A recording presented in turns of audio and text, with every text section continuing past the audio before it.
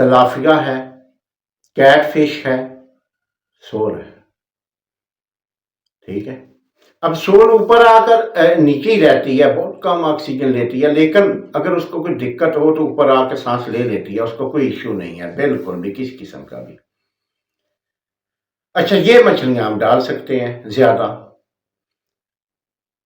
اور جو دوسری مچھلیاں ہیں نا وہ اگر ہم یہ ابھی میرا 25x25 کا ٹینک ہے، اس میں اگر میں راؤ کا، گراس کا، کسی اور مچھلی کا شوق کروں گا بھی نا تو وہ 25 بھی نہیں پلے گی، سیدھی بات بتاتا ہوں۔ وہ ایک کنال میں 100 بھی مشکل سے پلتی ہیں، ان کو ایریا کھلا چاہیے ہوتا ہے جو بھاگنے دوڑنے کے لیے، پانی زیادہ چاہیے ہوتا ہے۔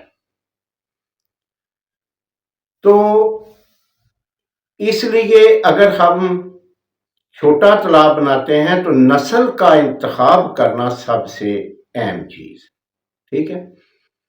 پھر اگر آپ نسل کا انتخاب کریں گے نا تو پھر یہ بات آئے گی کہ ہم کتنی مچھلی ڈالیں گے۔ آپ یہ سوچیں کہ ایک سوال آتا ہے کہ ہم ایک کنال میں جی کتنی مچھلی ڈالیں، بات یہاں رکتی نہیں ہے نا۔ اب نسل کا انتخاب کریں گے تو جواب آئے گا کہ اتنی ڈالیں۔ اگر آپ نسل کا انتخاب کر رہے ہیں کہ میں راؤ ڈالوں گا، گراس ڈالوں گا، تو اس کا جواب ہے 100 ڈالیں بس۔ جنہوں نے جو زیادہ ڈالتے ہیں نا وہ گروتھ نہیں کرتی۔ ابھی میں نے بہت ساری ویڈیو لگائی ہیں ان کے نتیجے جو آئیں گے نا وہ ویڈیو ابھی میں لگاؤں گا، پھر آپ اندازہ لگانا، ٹھیک ہے۔ اب آپ کی بات میرا خیال ہے سمجھ میں بھی آ گئی ہوگی، اور میں شاید سمجھانے میں بھی کامیاب ہو گیا ہوں گا، ٹھیک ہے نا، کہ اگر آپ چھوٹا تالاب بناتے ہیں تو پنگیسیس کا انتخاب کر سکتے ہیں، پاکو کا کر سکتے ہیں، تلافیا کا کر سکتے ہیں، کیٹ فش کا کر سکتے ہیں۔ اگر گوشت مہیا کر سکتے ہیں تو کیٹ فش اور سول دونوں، اگر گوشت مہیا نہیں کر سکتے تو پھر تلافیا تک کریں، پاکو تک کریں اور پنگیسیس تک کریں، کیونکہ یہ فیڈ پر پلتی ہیں۔ اب اس میں 1500 کہہ رہا ہوں ڈالوں گا، ایریشن لگاؤں گا، ظاہری بات ہے۔ اگر میں 1500 ڈالوں گا تو ایریشن لگاؤں گا، اگر 600-700 ڈالوں گا تو ایریشن نہیں بھی لگاؤں گا تو گزارا ہوگا، لیکن ایریشن پھر بھی ہونی چاہیے کہ کبھی ضرورت پڑ سکتی ہے، ان باتوں کا بھی خیال رکھنا چاہیے۔ یہ نہیں کہ میں نے کم ڈالی ہے تو اب ایریشن بھول جاؤں، نہیں بھائی۔ اگست میں جب ہوا رکتی ہے نا تو بہت ابس بنتی ہے، اور اس ابس میں ایریشن کی ضرورت پڑ سکتی ہے، اس لیے ایریشن تو لازمی لگانی چاہیے، بالکل ایریشن پمپ لگانا چاہیے، بھلے آپ کم مچھلی ڈالیں لیکن ایریشن پمپ ہونا چاہیے، ٹھیک ہے نا۔ اس کو میں کبھی بھی یہ نہیں کہوں گا کہ نہیں ہونا چاہیے۔ پھر آپ زیادہ مچھلی جب ڈالیں گے اس کا پانی ڈرین کرنے کا سسٹم بہترین ہونا چاہیے۔ اس تالاب میں جب میں ڈریننگ لگاؤں گا نا تو آپ کو دکھاؤں گا انشاءاللہ سٹیپ بائی سٹیپ۔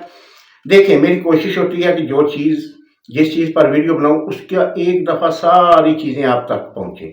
ابھی اس کا یہ دیکھیں کھدائی ہو گئی ہے، یہ تیار ہو گیا ہے۔ اب اس میں ایریشن سسٹم لگاؤں گا تو آپ کو دکھاؤں گا، ڈرین پائپ لگاؤں گا تو آپ کو دکھاؤں گا، ہر چیز اس کی، اور پھر مچھلیاں شفٹ کروں گا دکھاؤں گا، پھر مچھلیاں ہارویسٹ کروں گا دکھاؤں گا، ٹھیک ہے۔ ہر چیز کھول کر انشاءاللہ آپ کو پتہ ہے میرے چینل پر ملتی ہے، بار بار بتانے کی بھی ضرورت نہیں ہے۔ تو پوری ویڈیو کا خلاصہ کیا بنا کہ اگر آپ